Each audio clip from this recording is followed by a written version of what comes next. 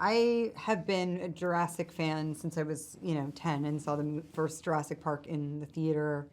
I mean, if you had asked me for the last 3 decades what movie I would want to be in, most of all, it would be a Jurassic movie. So to have it be a reality is, it's sort of mind blowing. I can't totally. When I saw the film, I lost it. I was just so.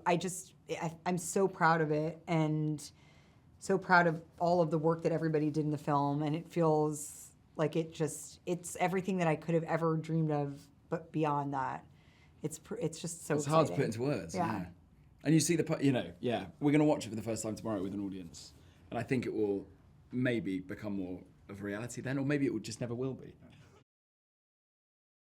He's already involved in the mission in the designing of the DNA extraction device, and I think that puts him in quite an interesting dilemma ethically at the beginning of the film.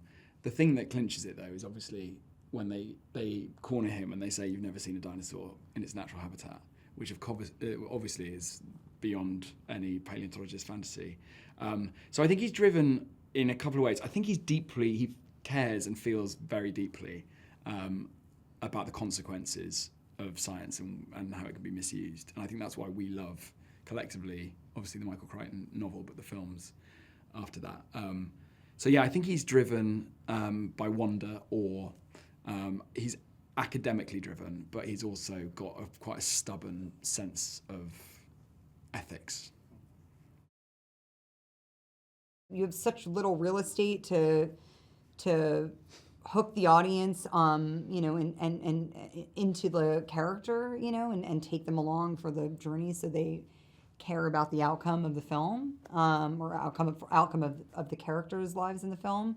That you really have to make it count, and I think it was important for me that the character felt like someone who was a sum of all their parts, and had like lived a life and had hopes and dreams for herself and desires, like moving forward, and that she could see like a future for herself based on like what she had experienced. That stuff is so important to know. But again, not that much time to do it in. But I think that's something that Scarlett led everyone with, because not only in terms of just leading the film in itself and us being on set, but that sort of level of groundedness in the character. I think there's a scene with her and Mahershala that I absolutely love, where all that.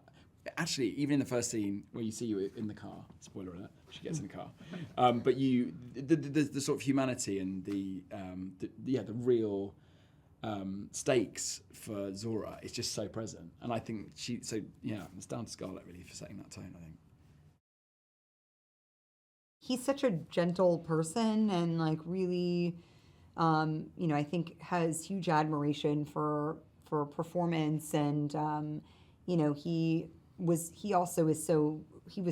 came on as a fan as well, which I think is a great place to start, because we all have deep respect for all the source material, and we come at it from a place of like wanting to pay homage to work that we love, so it was great to be. Then you're like never jaded, because you're always kind of in awe of the environment you're working in. And Gareth was really like that. He always was like, he's always in a good mood, enthusiastic, lots of like such a good energy, because he was, like, it's your dream has come true. Yeah.